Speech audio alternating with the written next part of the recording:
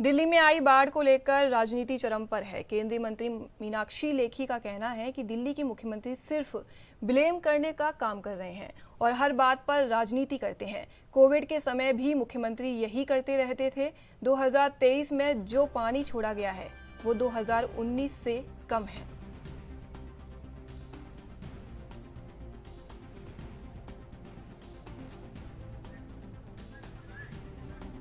अब आप मुझे बताइए कि पहले की दृष्टि से 78 से 88, 95, 40, 74, 80 सब समय पर यहाँ तक कि 18 अगस्त 2019 को भी 8,28,000 क्यूसेक पानी छोड़ा गया था।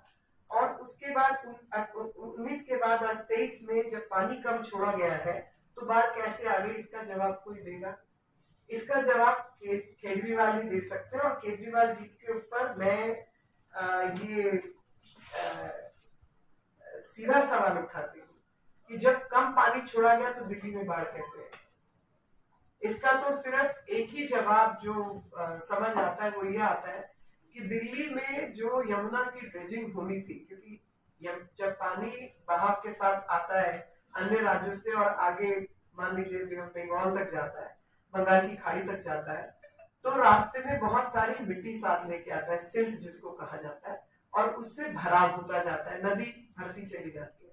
और इस कारण से लगातार नदी की ड्रेजिंग करना एक जरूरी कार्रवाई बन जाती है, ताकि उसकी आप सिल्ट निकालते रहे, उसकी गहराई बढ़ती रहे, और जैसे जैसे उसकी गहराई बढ़ेगी पानी रोकने की, पानी थामने की कैपेसिटी उसकी। दिल्ली के अंदर लगातार यमुना का जलस्तर जिस तरीके से बढ़ता हुआ नजर आया, उसी को लेकर अब राजनीति भी देखने को मिल रही है। यहाँ पर बात करें दिल्ली सरकार की तो लगातार कहीं ना कहीं वो आरोप लगा रही है कि हरियाणा के द्वारा जो पानी छोड़ा गया है वो कहीं ना कहीं बहुत ज़्यादा छोड़ा गया है, ये कहीं ना कहीं और जगह डाइवर्जन कर सकते थे। मगर दिल्ली के अंदर कहीं ना कहीं अब राजनीति जो है वो बहुत ज़्यादा गर्मा चुकी है, क्योंकि आज जिस तरीके से भाजपा कार्यालय के अंदर, दिल्ली प्रदेश के कार्यालय के अंदर जिस तरीके से मीनाक्षी लेखी की बात करें तो मीनाक्षी लेखी के द्वारा प्रेस वार्ता की गई, जिसके अंदर कहीं ना कहीं केंद्र सरकार को घेरने की भरपूर कोशिश की गई। और यहाँ तक कि 6,800 करोड़ रुपए के जो केंद्र सरकार के द्वारा दिल्ली सरकार को यमुना की सफाई के लिए या फिर कहीं यमुना की व्यवस्था के लिए दिए गए थे, उसका अब हिसाब मांगा जा रहा है। क्योंकि जो 6,800 करोड़ रुपए है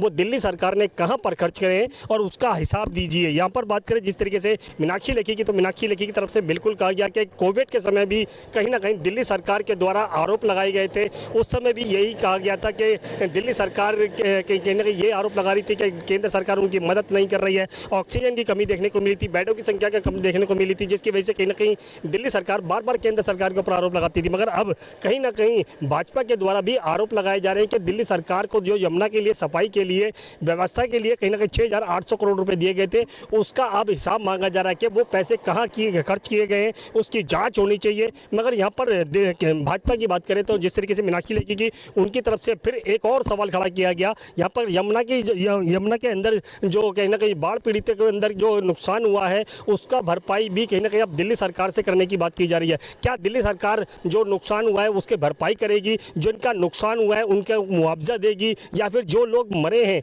उनके लिए भी कोई ना कुछ व्यवस्था की जाएगी, उनके लिए भी कोई फंड दिया जाएगा? अभी तक ऐसा कुछ भी कदम जो है दिल्ली सरकार के द्वारा नहीं उठता नजर आ रहा है। मगर यहाँ पर दिल्ली का माहौल जो है वो राजनीतिक क्षेत्र के अंदर बहुत ज़्यादा गर्मा चुका है, जिसको लेकर कहीं ना कहीं एक दूसरे के ऊपर आरोप प्रत्यारोप जो है वो देखने को मिल रहे हैं। मगर अब देखना होगा क्या मीनाक्षी लेखी के जवाब और सवालों के जवाब जो है वो दिल्ली सरकार देगी। 6,800 करोड़ रुपए जो बताए जा रहे हैं उसका हिसाब क्या दिल्ली सरकार देगी, ये तो आने वाला समय ही बताएगा। कैमरा पर्सन इरफान खान के साथ राजीव कुमार तिवारी, NB न्यूज़, दिल्ली।